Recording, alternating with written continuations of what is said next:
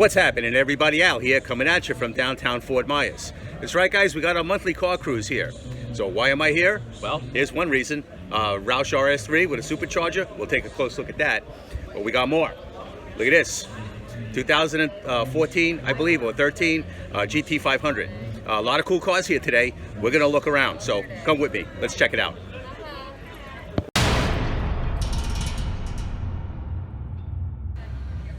All right, guys, feast your eyes on this. This is a beautiful looking race red Roush RS3. I believe it's a 16 or a 17.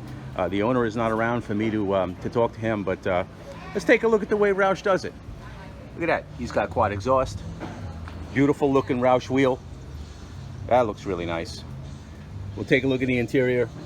Typical S550. Looks like a performance pack car with the MT82. You know, one of the good MT82s. And we got the big six piston double Brembo brakes in the front. And you can see Roush with a nice hockey stick looking stripe. Come around the front and we see what looks really good the way Roush. This nose piece is really special. I really like the way they did, you know, the marker lights there, the little chin spoiler down below. And there you have RS3. And we'll look under the hood here and we see basically a bone stock engine. It looks like the owner didn't really play around with this car too much. I don't blame them. You know, they're good when they're stock. Might as well leave things be. 2.3 supercharger, the way Roush did it back then. Looks like a stock throttle body. Looks like everything is stock. A couple of little touches, you know, on there. But, you know, nothing too much. It's done, but it's not overdone. There you have it, guys. Roush RS3. Beautiful car. All right, everybody, check this out. We're right in front of Ford's garage. You see that there? And yeah, we got some cool Fords. There's the RS3, and here is a beautiful black Shelby GT500. Really nice looking car with the black stripes. You know, they did a really good job with this car. Look at that quad exhaust down there, and we got a big set of Nito tires. I think this owner means business. And just looking at the interior of the car, we see typical S197. Alcantara on the steering wheel. We got what looks like Recaro seats. You can see the Recaro right there. And now this is really cool because it's got the electronics package. That's an upgrade that I really like on these S197s. You'll come around here, you can see the Cobra emblems. And the business end here, look at what we have. We got the 5.8 with 2.3 liter Eaton supercharger. It looks all stock. I see, you know, stock intake tube, stock air cleaner. And just looking at the front of the car, this is a beauty. Owner keeps it looking really good. And here's his billboard. 662 horsepower stock, Shelby certification. We've even got the window sticker. What are we looking at here? $66,000 was the sticker price. And some details about his equipment and some of the other details about the car. But this is a beauty, man. And yeah, this is a really nice car, and we're parked next to an LS powered car. I don't think this LS powered car can keep up with this GT500.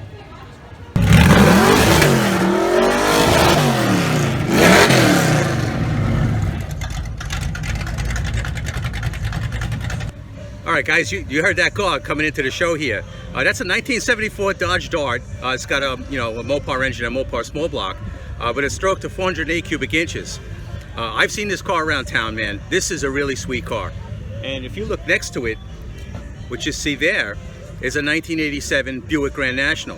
That's right, guys. That was the car that took down the Fox body in its day. This is the car that I believe the year that they came out with the intercooler, and it bumped the horsepower up to 245. That was a lot for its day. Let's take a look at that one. Yep, there it is, guys. 1987 Buick Grand National. Now, like I say, this was the car that took down the Fox body.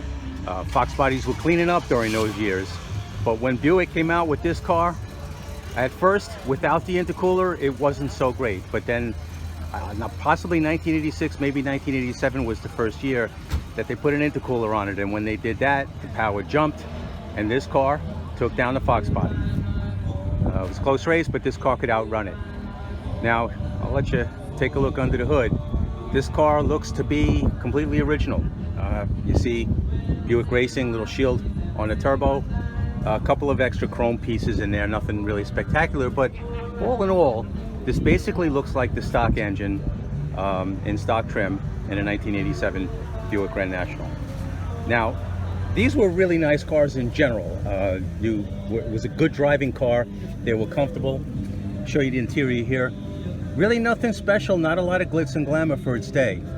The owner's got some extra gauges on the pod there, a couple of extra gauges down there in front of the shifter, a couple of nice little touches. And I'll just take a run in the back of the car. I'll take a look at it and just kind of look at the Buick Grand National from its day. This was a spectacular car. It really is too bad that Buick is no longer a thing, because really they were onto something. They really had something cool. All right, this is one of my personal favorites. You can see, you look at the back wheels, that's pretty much stock stuff, hasn't really changed. Another look at the interior from here. Here's the billboard that the owner has. You see it's 3.8, 245 horse, 335 pound-feet of torque, and some other stuff. Looks like some of the window sticker there, and maybe some more of the window sticker. But this was one of my personal favorites, I have to say. 1987 Buick Grand National. Very, very nice car.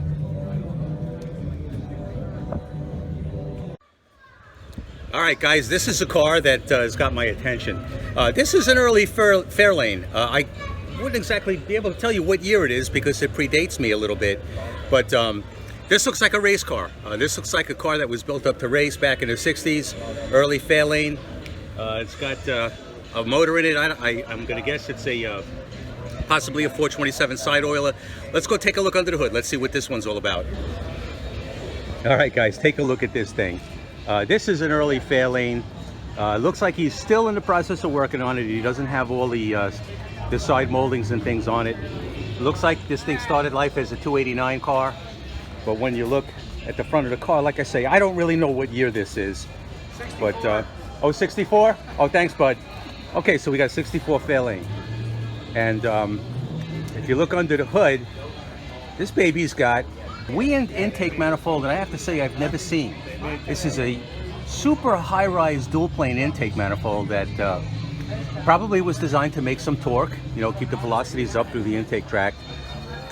See the way that the engine's been mounted into the car? The motor mounts are gone. It's just got one of those front engine mounts that you saw on a lot of these early cars, and I guess the race cars are still doing this way. But this car is really something. I mean, look at this.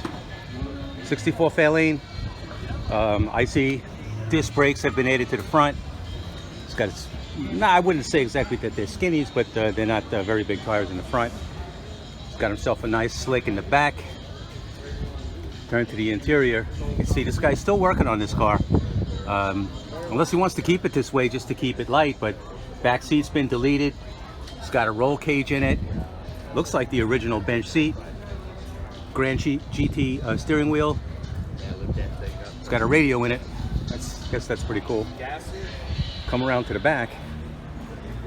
One thing I do know about the cars from these years is that at some point in the mid-60s they introduced the sport roof. Okay, now this is a car that does not have the sport roof. Sort of got that notchy looking roof in the back. But these cars had nice lines to them, man. I mean, this is an early Fairlane. It looks like a scaled down version of the Galaxies from the period. And this guy's got himself a little gem. This is something that's really cool. And just looking a little closer, I almost missed this. He's got the teardrop hood scoop. That's right. This is the teardrop hood scoop that they used on, I forget, there was a Galaxy that that used that. It had a big air cleaner underneath it with, you know, huge ducts going out to the front headlights. But yeah, man, this isn't something that you see every day. All right, guys, we're going to close out the show. Check out this 2018 Whipple Charge Mustang I have behind me. That's right, my car's been put back together and we're out doing what we like to do. So hope you guys enjoyed the show. Thanks for watching. We'll see you in the next one.